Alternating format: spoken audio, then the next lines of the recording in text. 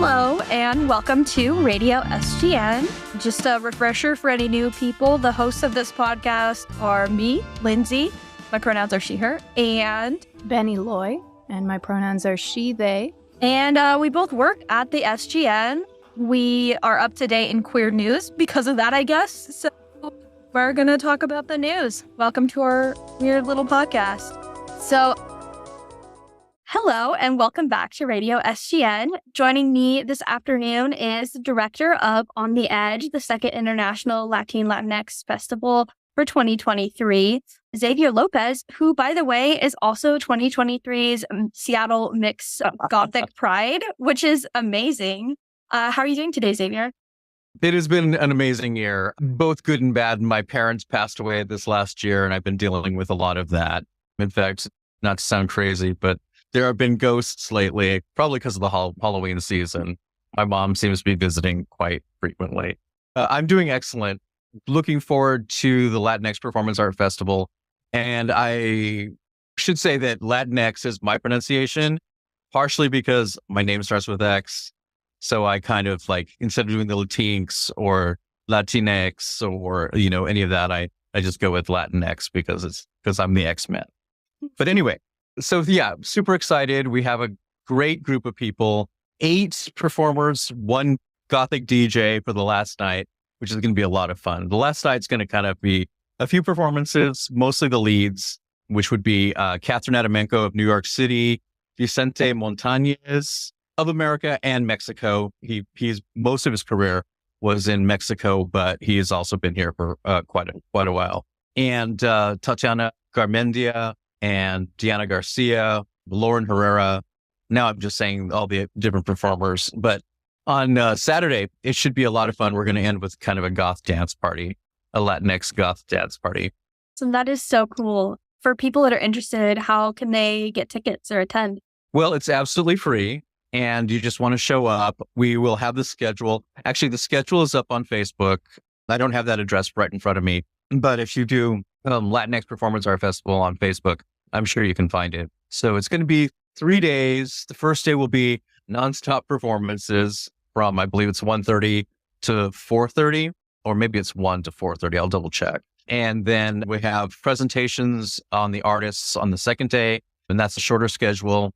And then on Saturday is the final day, which is going to be like 3 or 4 performers. I will perform my bigger piece of 2. Catherine Adamenko and Vicente Montañez are also scheduled to perform. And then we'll end it with a goth dance party. So that sounds super cool. So this is going to be the second International Latinx Festival. How will it differ from the last one? Well, a lot has changed from the first one to the last one. The first one was in 2016 before the pandemic. And we started to plan to have a sequel. We found out that we were actually the very first Latinx festival in apparently the whole world. And it was covered by Marvin Carlson in his book, Performance and Introduction. And we got called out by name, which was really awesome. And we were like, oh my gosh, we really need to do a sequel. We need to do something that is amazing and bigger. And so we contacted the folks at For Culture. We contacted the folks at the Seattle Office of Arts and Culture, COCA as well. And we were like, let's go and let's do this. And then, of course, the pandemic happened and everything got stalled. And we're finally having the second one in 2023 in October 5th through 7th. Have you been planning? I didn't answer your question, though. Oh, sorry. Yeah, Go sorry, ahead. you can continue. I was just going to ask, have you been planning since then, 2016? Have you been on the committee?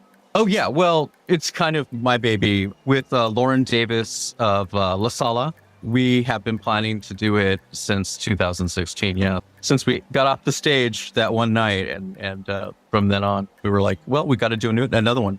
So yeah, I guess going back, how will this one be different from 2016's? Aside from there's way more music now. There's more people. The first one was like 3 people. It was very, very small, but, very, I called it expansive, but it was really trying for what it did, for what it was. And this one will have more people. We have 3 days instead of just 1. We have a better stage. The folks at King Street Station have been amazing. Call out to James and Ben. and everyone else, but especially, and Odds. Those three have been amazing, and we've been having a great time working with them and preparing for the event. Oh, and then we'll have food. Yeah, it's going to be just a big old party, basically. That's so cool. Is the food going to be catered, or what kind of meal options are going to be there? Yeah, we will have catering and then tamales and like Mexican bread and stuff like that. And It will be Mexican or Latino, I should say. I think in this case, it's going to be mostly Mexican for the food, but our performers come from everywhere. We have people from Cuba, and we have Jewish/Latino. I think she's also from Cuba. We have a few different places that are represented. We're working on it to be more representational. Thank you. And if my language is incorrect, please correct me. But why do you feel it's so important to have like such a diaspora of Latino culture represented, and not just Mexico or Colombia, specific events for different ethnicities there? It's very, very hard, but it's also super important. So as a non-binary, queer, Latinx performance artist / mixed media artist / what else did I have in there? Romantic goth, all these things. Intersectionality is very important to me. And Latinx is like one of the very first of the new ideas behind identity that is more inclusive than it is essentialist. And so it's very important to me to try and make this performance art festival as inclusive as possible. Thank you so much. And we mentioned earlier on, before we started recording and a little bit after the recording, the difference between a couple terms, Latinx, Latin, and Latino. And I was just wondering, for some of our viewers that may not be familiar, if you could explain the difference between those phrases and where they should be used appropriately. I'm not sure that I can. I'm not sure that I have the credentials for that. Let's see. So Latinx is intersectional, very much inclusive. It seeks to deconstruct the idea of an essentialist identity of Latino-ness. And Latino is just basically covers all, it's like the Hispanic diaspora. Use the word diaspora. And in Latino is very, very diasporous and intersectional by nature. We are one of the few groups that has every race represented. And then what was the third one? Latin? Yes. The Latin one seems to be a little bit of reaction to the Latinx, partially because it's harder to say, but also I think that it's kind of a slightly more conservative term. Thank you. Going back to the topic of intersectionality, why do you feel it is so important to create events that celebrate intersectionality, especially in the Latinx community? So personally, if I was going to be part of a movement, if I was going to be part of an idea, something that I could stand with, it was important to me that be as non-essentialist, non-binary, that it be as inclusive as possible. And one of the things that really attracts me to Latinx, is that it has more of a queer and feminist background to it. And that, I believe, is one of the things that sets it apart from the more traditional ideas of identity in the Latino community. Thank you so much. And then you also mentioned a little earlier about how the Latinx community is just so full of diversity, including, like you mentioned, Black Latinx people, Asian Latinx people, etc., and how everybody is really welcome at this event. I was wondering if you could elaborate a little bit more on what it means to you to be a part of such a diverse community. So for me, it means that it's more open and willing to entertain the ideas of identity as being a complex thing. I believe that one of the most important issues of our age right now is identity, that we are all becoming more aware of our individual stories. And one of my goals as an artist, and as even in this, is to focus on the individual stories of these artists, of these performers. In making this event and series of events, it was important to me to make sure that it be as inclusive and open as my own work is. And so that way we see that through having different genders represented, different identities represented, different stories represented. Thank you so much for elaborating there. Kind of on this topic of representation, especially through intersecting identities, I've noticed a lot of people have mentioned like the general LGBTQ community is often very exclusionary, very white when it's depicted in media. How do you think the general LGBTQ community can increase representation of Latinx people and intersectionality? That has not been my experience, but I'm sure that is true. Like, I'm part of the Gothic community, the LGBTQIA plus, excuse me. And our group it represents everyone. At Gothic Pride, we've had many different races that have been represented, many different identities that have been represented. So I'm not trying to say that LGBTQIA plus has always been inclusive, but in my experience, and that could be clouded by my positionalities, I've found it to be fairly open and giving and understanding of difference. Thank you. Thank you for sharing about your experience there. And I actually do have a couple more questions about your experience in the goth community in Seattle. Just Sure. because that is so cool. And I know several of our listeners are also involved in Seattle's goth community.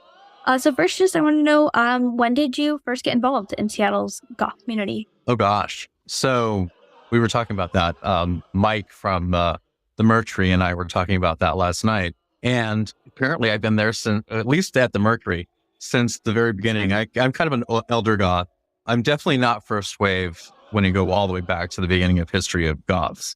But I've been a goth since I was like 16. So, it's been a while. What does being a goth mean to you? So goth for me it's an identity that I choose. It's an identity that, first of all, I love the music. I feel it. But also there's this romantic love of life that I find that is very affirming in the goth community. And it's something that you really don't know until you're actually part of it. Could you describe that a little bit more? Where do you find the love of life? And I don't mean that in any negative way. Oh, I'm sure. So I think that a lot of people think that we sit around and we're gloomy and, down and just spend our times thinking about death and horrible things. But the people that I've known in the goth community have been some of the most creative and amazing and open people. And, most of them have something else going on. Like, there's goth artists and goth performers, and I know a lot of people who are in bands. And it's just, I'm not sure, maybe all other communities are like this, but it just seems like, for me, it's more of a home and a family. That's so cool. And how do you feel does your queerness interact with your goth identity? I think that identity is this complex thing.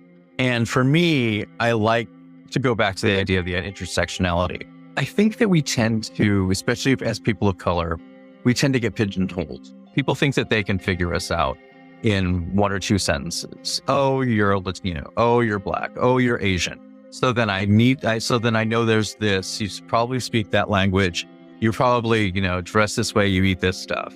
I'd like to question that. I think that we are, all of us, all colors, all races, all identities.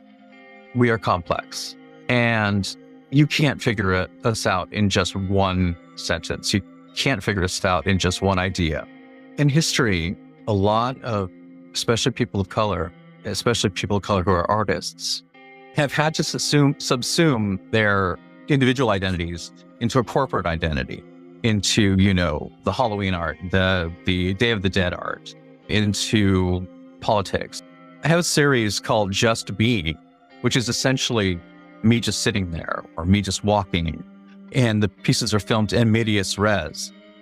And oftentimes we forget that as humans, as individuals, as people of color, our stories of just being are as important as the times that we're radical, as the times that we are fighting for our rights, as the times that we are doing all the things that we have to do because we're also people of color. But sometimes we just have our stories to tell.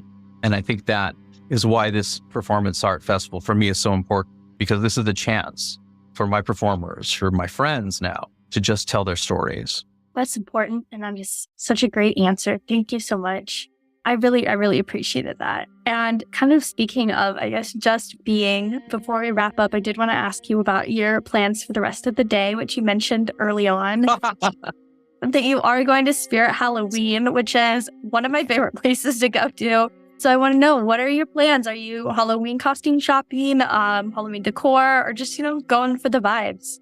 Well, probably all of that, but definitely I have to get a couple of pieces for one of my performances. I need to see if I can find some green gloves and some tights. And then after that, I get to go to the ballet and I write reviews. Those are on my culture blog.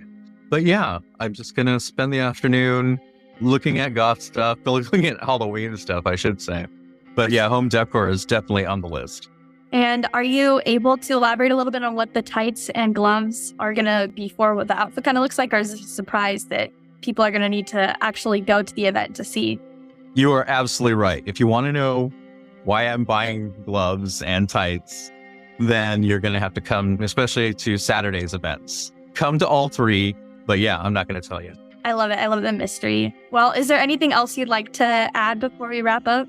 Let's see. Just that we have a really good group of performers, some whose performances I've never seen before, and I'm excited about that. We have Catherine Adamenko from New York. We have Vicente Montañez from Mexico, and Diana Garcia from Mexico, and Tatiana Garmendia from Cuba, and several others. But it should be just a lot of fun, and it should actually open people up to different ideas of what it means to do Latinx performance. So thank you so much. So once again, this has been Xavier Lopez. They are the 2023 Seattle Mixed Ska, as well as the director of On the Edge, the second International Latinx Festival that is going to be happening very soon. And you don't need a ticket, it's free. You can also catch Xavier at their solo show at Coca next year. And they are currently working on a Latino futurist exhibition that is still looking for a home. So if you have a home for that, definitely reach out. And again, thank you so much for being on our show. Have so much fun at Spirit Halloween. I'm sure you don't get as scared of the animatronics that jump out as I do, but just in case, be safe. Thank you. It has been my pleasure. And we're back. That was a great interview. Incredible. Super fun. I love talking with that person that I talked to. Real quick,